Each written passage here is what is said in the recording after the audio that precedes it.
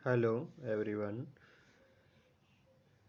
पिछले वीडियो में हमने राजनीति विज्ञान की परंपरागत दृष्टिकोण की परिभाषाओं के बारे में चर्चा की थी।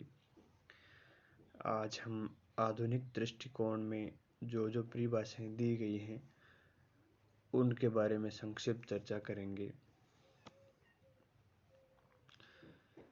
आप जानते हो, परंपरागत दृष्टिकोण के अंतर्गत जो परिभाषाएं दी गई हैं उनको आधुनिक राजनीति विज्ञान के विद्वान अपूर्ण मानते हैं।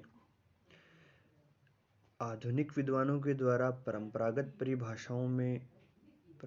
परिभाषाओं को अपूर्ण मानने का कारण ये बताया गया है कि उनमें केवल राज्य, सरकार जैसी औपचारिक संरचनाओं का ही अध्ययन किया जाता है और राजनीति विज्ञान के जो प्रक्रियात्मक पक्ष हैं उनकी उनमें उपेक्षा होती है। इसलिए आधुनिक विद्वान उन परिभाषाओं को अपूर्ण मानते हैं, क्योंकि आधुनिक दृष्टिकोण के अंतर्गत औपचारिक संस्थाओं के साथ साथ अनौपचारिक संस्थाओं के अध्ययन पर बल दिया जाता है और शासन की कार्य प्रणाली पर ज़्यादा बल दिया जाता है और साथ ही सरकार की निर्णय किन परिस्थितियों में लिए जाते हैं, निर्णयों को प्रभावित करने वाले कारक कौन कौन से हैं, इन विषय वस्तु का आधुनिक दृष्टिकोण में अध्ययन किया जाता है।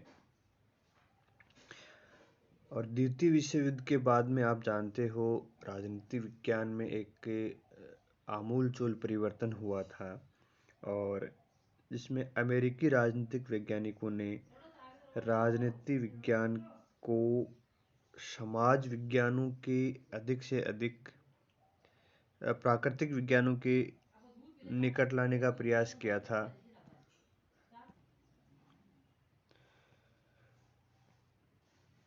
और द्वितीय विश्व युद्ध के बाद में आप जानते हो राजनीति विज्ञान को अमेरिकी विद्वानों ने प्राकृतिक विज्ञानों की भांति विज्ञान बनाने पर बल दिया था और इसका नेतृत्व किया था चार्ल्स मेरियम ने।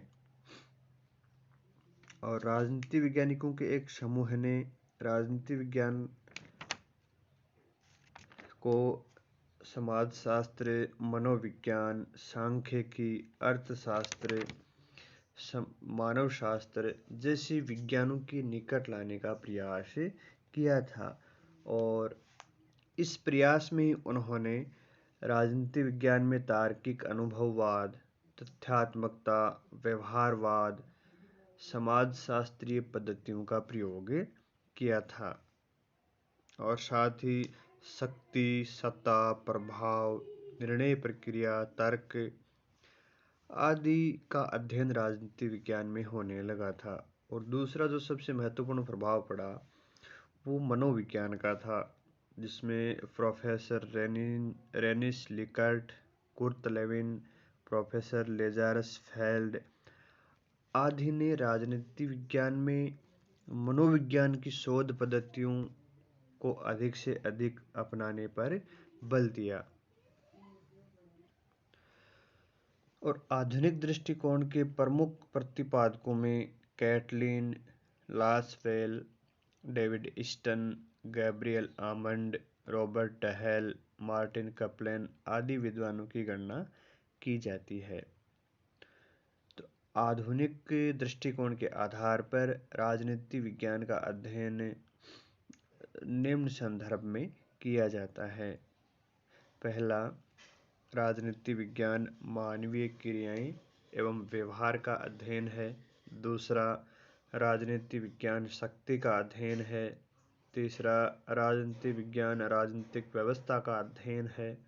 चौथा, राजनीति विज्ञान नीति निर्माण एवं निर्णय प्रक्रिया का अध्ययन है। जैसे हमने परंपरागत दृष्टिकोण के अनुसार 4 प्रकार की परिभाषाएं देखी थी, आधुनिक दृष्टिकोण में भी इन 4 प्रकार की परिभाषाओं पर चर्चा हम करेंगे। राजनीति विज्ञान मानवीय क्रियाओं एवं व्यवहार का अध्ययन है। आधुनिक व्यवहारवादी विद्वान राजनीति विज्ञान को मानव जीवन की राजनीतिक क्रियाकलापों तथा मानव जीवन के सामाजिक, आर्थिक और अन्य पक्षों का अध्ययन करने वाला विज्ञान मानते हैं। आधुनिक दृष्टिकोण के विद्वान जैसे कैटलिन, बर्ट्रैंड डी जुवेनेल आदि विचारक राजनीति विज्ञान को मानव के राजनीतिक क्रियाकलापों का अध्ययन करने वाला विज्ञान तो मानते ही मानते हैं, और साथ में उसके अन्य क्रियाकलाप जैसे सामाजिक क्रियाकलाप, सांस्कृतिक क्रियाकलाप, आर्थिक क्रियाकलाप, उनका अध्ययन करने वाला विज्ञान भी मानते हैं। और इन विचारकों का मत है कि राजनीति विज्ञान मनुष्य के राजनीतिक व्यवहार का अध्ययन करता है। सबसे महत्वपूर्ण बात यही है कि राजनीति विज्ञान मनुष्य के राजनीतिक व्यवहार का अध्ययन करता है। इसलिए इस प्रकार के अध्ययन को हम व्यवहारवादी अध्ययन के नाम से भी जान सकते हैं, क्योंकि मानव के राजनीतिक व्यवहार का अध्ययन करता है, इसलिए व्यवहारवादी विज्ञान भी आधुनिक दृष्टिकोण को कई बार बोलते हैं। और जो राजनीतिक व्यवहार का अध्ययन किया जाता है वो यथार्थ होता है और अनुभवपरक अध्ययन होता है। इस कारण इसको यथार्थवादी एवं अनुभववादी अध्ययन भी कहा जाता है। तो आधुनिक दृष्टिकोण में समझने की जो बात है वो है कि मानव के राजनीतिक व्यवहार के अध्ययन पर बल दिया जाता है। दूसरी परिभाषा हम देखते हैं आधुनिक दृष्टिकोण के अनुसार, राजनीति विज्ञान शक्ति का अध्ययन है। आधुनिक राजनीतिक वैज्ञानिक शक्ति को ही राजनीति विज्ञान की केंद्रीय संकल्पना मानते हैं।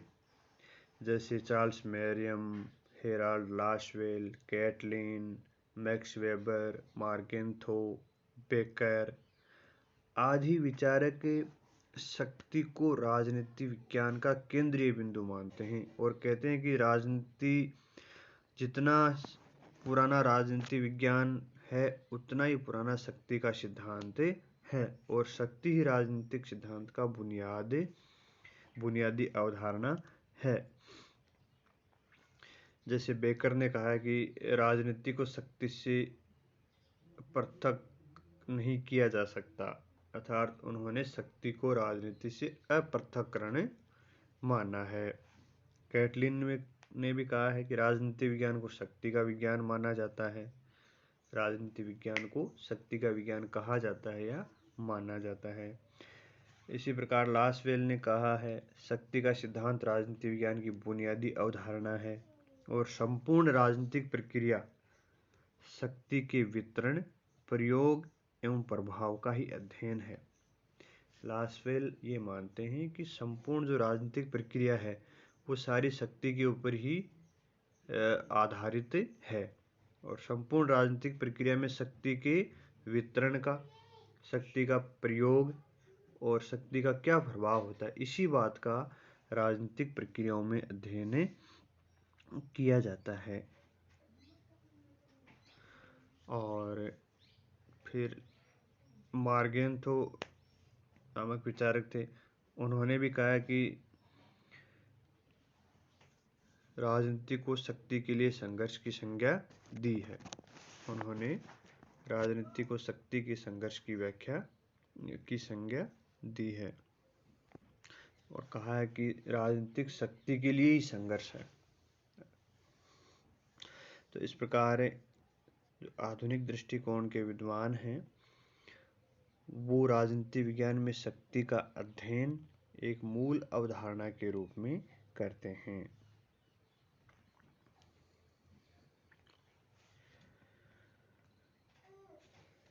फिर जो तीसरे प्रकार की परिभाषा दी गई है आधुनिक दृष्टिकोण की, वो है राजनीति विज्ञान राजनीतिक व्यवस्था का अध्ययन है। इसमें प्रमुख विद्वान है डेविड ईस्टन और गैब्रियल आमंड।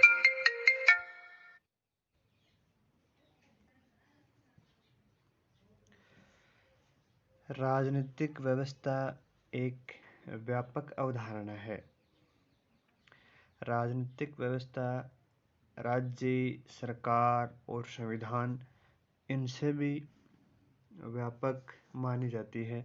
हमारा समाज भी एक व्यवस्था है और समाज में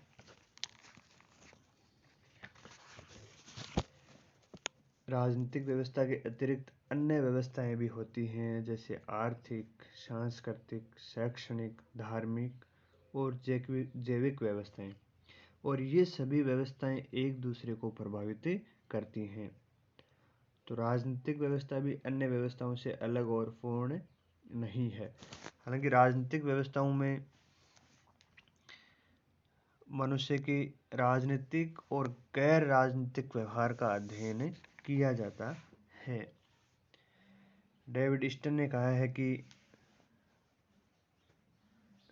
राजनीतिक व्यवस्था में सरकार के औपचारिक तत्व जैसे राज्य, सरकार, संविधान, न्यायपालिका, कार्यपालिका, व्यवस्थापिका आदि संरचनाओं के साथ साथ इनको प्रभावित करने वाले अनौपचारिक तत्वों का भी अध्ययन किया जाता है, जैसे परिवार का, जाति का, वर्ग का, धर्म का, दबाव समूह का, दल का, प्रदर्शन, उपद्रव, दंगे।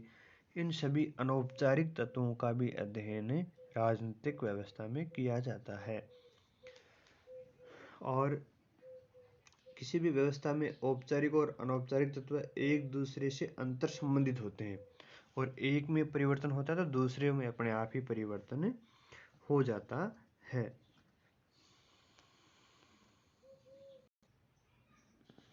इस प्रकार हम देखते हैं कि संपूर्ण राजनीतिक व्यवस्था का अध्ययन होने के कारण यह अध्ययन अधिक व्यवहारिक और उपयोगी होता है, क्योंकि व्यवस्था में सभी तत्वों का अध्ययन किया जाता है।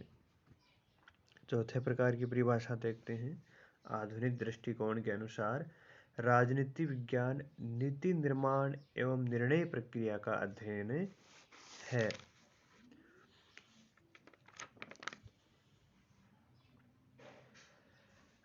आधुनिक विद्वान राजनीति विज्ञान को निर्णय निर्माण एवं निर्णय प्रक्रिया का अध्ययन करने वाला विज्ञान मानते हैं, जैसे Lasswell, David Easton, Herbert Simon, Richard C Snyder आदि विद्वान राजनीति विज्ञान को निर्णय प्रक्रिया का अध्ययन करने वाला विज्ञान मानते हैं। जैसे लासवेल ने कहा है राजनीति विज्ञान नीति विज्ञान है, पॉलिसी साइंस। डेविड ईस्टन ने कहा है राजनीति विज्ञान सामाजिक मूल्यों के आधिकारिक आवंटन का अध्ययन है। इसी प्रकार हर्बर्ट साइमन तथा रिचर्ड सी स्नाइडर आदि भी राजनीति विज्ञान को निर्णय निर्माण का विज्ञान मानते हैं। निर्णय निर्माण का मतलब है कि सरकार में निर्णय कौन लेता है और उन निर्णयों को लेने में कौन कौन से तत्व प्रभावित करते हैं, किन परिस्थितियों में निर्णय लिए जाते हैं और उन निर्णयों को लागू कैसे किया जाता है। इन सभी बातों का अध्ययन आधुनिक दृष्टिकोण के अंतर्गत किया जाता है। जैसे हम देखें परंपरागत दृष्टिकोण के अंतर्गत तो ये अध्ययन किया जाता था कि भाई निर्णय कौन सी संस्था ले रही है बस, लेकिन आधुनिक दृष्टिकोण में वो निर्णय किन परिस्थितियों के आधार पर लिए जाते हैं, कौन कौन से तत्व उन निर्णयों को प्रभावित करते हैं, इनका अध्ययन किया जाता है। तो इस प्रकार जो आधुनिक राजनीतिक दृष्टिकोण के अनुसार जो परिभाषाएं दी गई हैं, वे परिभाषाएं राज्य और सरकार के औपचारिक अध्ययन के स्थान पर मनुष्य के राजनीतिक व्यवहार, राजनीतिक प्रक्रियाओं एवं उन समस्त अनौपचारिक तत्वों के अध्ययन पर बल देती हैं जो राजनीतिक व्यवस्था को प्रभावित करते हैं। इस प्रकार आधुनिक दृष्टिकोण परंपरागत दृष्टिकोण की अपेक्षा अधिक वैज्ञानिक और यथार्थवादी अध्ययन है।